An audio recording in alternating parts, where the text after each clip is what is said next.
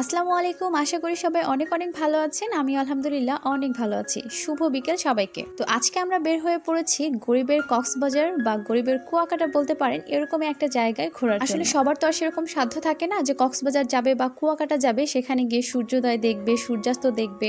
কিন্তু যেহেতু আমি নদী এলাকার মানুষ, তো আমার আশেপাশে তো নদী ছড়িয়ে ছিটিয়ে আছেই, তো সেরকম একটা ভাইব নেওয়ার জন্যই কিন্তু আজকে আমরা চলে যাচ্ছি আমাদের মিনি কক্সবাজারে। সবাই মিলে একটা অটোতে উঠে গিয়েছি, যেহেতু এখন বেশ কিছুটা রোদ, সেজন্য আমরা অটো নিয়েছি, যে উপরে যেহেতু এটা ছাউনি আছে বাচ্চাদের সুবিধা হবে। আর এখন কিন্তু গরিবের পদ্মা সেতু পার হচ্ছি আমরা। এটা হচ্ছে আমাদের পাখিউড়া ব্রিজ।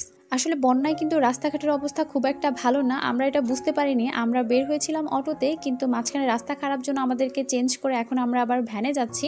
আর এখন আমরা চলে এসেছি বাইটকামারিতে। এই যে দেখতে পাচ্ছেন বাইটকামারি প্রাথমিক বিদ্যালয়, আর তার পাশেই কিন্তু বাইটকামারি বাজারটা। এখানে এখন আমরা চলে এসেছি সাব্বির কসমেটিক্সে। এটা আসলে আমার কাজিনের দোকান। তো সাব্বির কসমেটিক্স আমার মনে হয় যে মেয়েদের দুর্বলতার দোকান, কারণ এখানে সব মেয়েদের জিনিসপত্র সাজানো গুছানো। মেয়েদের দুর্বলতার দোকান কেন বললাম, কারণ এখানে যেই জিনিসগুলো দেখতে পারবেন, এই জিনিসগুলো যদি মেয়েদেরকে গিফট করা হয় তাহলে কিন্তু তারা খুব বেশি খুশি হয়। আমরা একটু ঘুরে ঘুরে দেখছিলাম যে কোনো কিছু ভালো লাগে কিনা। তো আমাদেরকে বললো যে আপু, আপনারা তো একদম শেষে চলে এসেছেন, ঈদ তো চলে গেছে, ঈদের আগে যে মালামালগুলো করেছিলাম সেগুলো অলমোস্ট শেষ। যে জিনিসগুলো আছে আমার কাছে বেশ ভালোই লাগছিল, মানে ওর দোকানে মোটামুটি মানসম্মত জিনিসগুলোই থাকে।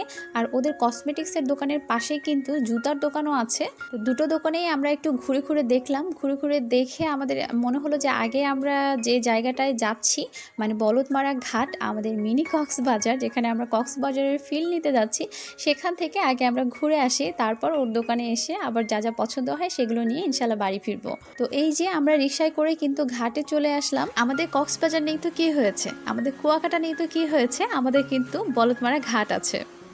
ঘাটে কিন্তু খুব সুন্দর করে এরকম ছোট ছোট নৌকাগুলো বাঁধা আছে, কিন্তু নৌকায় কোনো মাঝি ছিল না, যার কারণে কিন্তু আমরা যে একটু ঘুরবো সেটা পাই, মানে নৌকায় করে যে ঘুরবো সেটা আর আমাদের হয়নি। তো আমরা কিন্তু 5:30টার পরে গিয়েছিলাম, তারপরও এখানে এত বেশি রোদ ছিল ওই সময়টাতেও, কেউ দেখলে ভাববে যে আমরা হয়তো বা দুপুর টাইমে গিয়েছি, কিন্তু না, আমরা বিকেলে গিয়েছি। কিন্তু তারপরও ওই সময়টাতে অনেক বেশি রোদ ছিল। কিন্তু আমরা একটু আগে গিয়েছি, যেহেতু আমাদের সাথে ছোট বাচ্চা আছে আর রাস্তার অবস্থা খুব একটা ভালো না, আমাদেরকে তাড়াতাড়ি ফিরতে হবে। তো রোদটাকে ছাপিয়েও কিন্তু চারপাশের যে সৌন্দর্যটা সেটাকে উপভোগ করার চেষ্টা করছিলাম। কি ভাবছেন কান্না করছি? আসলে না, সেরকম কোনো কিছু নাই। যেহেতু প্রচন্ড রোদ, সেজন্যই আসলে তাকিয়ে থাকা যাচ্ছিল না, চোখে পানি চলে আসছিল। আমরা সবাই মিলে কিন্তু এখানে বেশ মজা করছিলাম। এরকম জায়গায় ঘুরতে কিন্তু বিকেল বেলাটাতে অনেক বেশি ভালোই লাগে। আমার তো মনে হয় যে আমার প্রিয় মানুষকে আমি বলবো যে মাঝে মাঝে আমাকে এরকম জায়গায় নিয়ে যাবা। আজকের যে আকাশটা, নীল সাদা আকাশ, সেটার ছায়া আবার নদীতে পড়েছে, অসম্ভব সুন্দর লাগছে দেখতে। আমার তো মনে হচ্ছিল যে সময়টা আর একটু লম্বা হলে বেশি ভালো হতো, আরো বেশ কিছুটা সময় এখানে থাকা যেত। আসলে আমাদের কোনো কিছুই করার নেই, কারণ সময়কে তো আর বেঁধে রাখা যাবে না। তো দেখতে দেখতে কিন্তু আমাদের চলে আসার সময় হয়ে গেল। কিন্তু একটু আফসোসই লাগছিল যে একদম সূর্যাস্তটা আমরা দেখে যেতে পারলাম না। সূর্যাস্ত দেখতে হলে আমাদেরকে একদম মাগরিব পর্যন্ত এখানে থাকতে হবে। তো যেহেতু সাথে ছোট বাচ্চা আছে এবং রাস্তার অবস্থা ভালো না, সেই জন্য আমরা একটু আগে ওখান থেকে চলে আসলাম। আবার এখান থেকে গিয়ে খালামণির সাথে দেখা করতে হবে, একটু সময় নিয়ে ওখানে যেতে হবে, সেই জন্য ওখান থেকে চলে আসলাম। আর এসে কিন্তু আবার ঢুকে পড়েছে সাব্বির কসমেটিক্সে। এখানে যা যা পছন্দ হয় সেগুলো নিয়ে নিচ্ছি। তো কিছু চুড়ি নিয়ে নিলাম, লিপস্টিক নিয়ে নিলাম, হিজাব পিন, তারপর ছোট ছোট কাঁকড়া, এগুলো অনেক কিছুই নিয়েছি।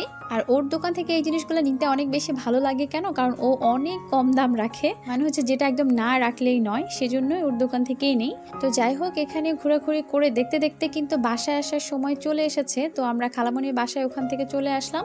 আমরা ভেবেছিলাম যে সেই দিনই আমরা ব্যাক করব, কিন্তু খালামণি আমাদের কোনোভাবেই ছাড়েনি, সেই জন্য রাতটা ওখানে স্পেন্ড করে পরের দিন কিন্তু আমরা আবার বাসায় চলে আসছি। আজকের মতো এ পর্যন্তই। সবাই অনেক অনেক ভালো থাকবেন। আজকের মতো বিদায় নিচ্ছি। আল্লাহ হাফেজ।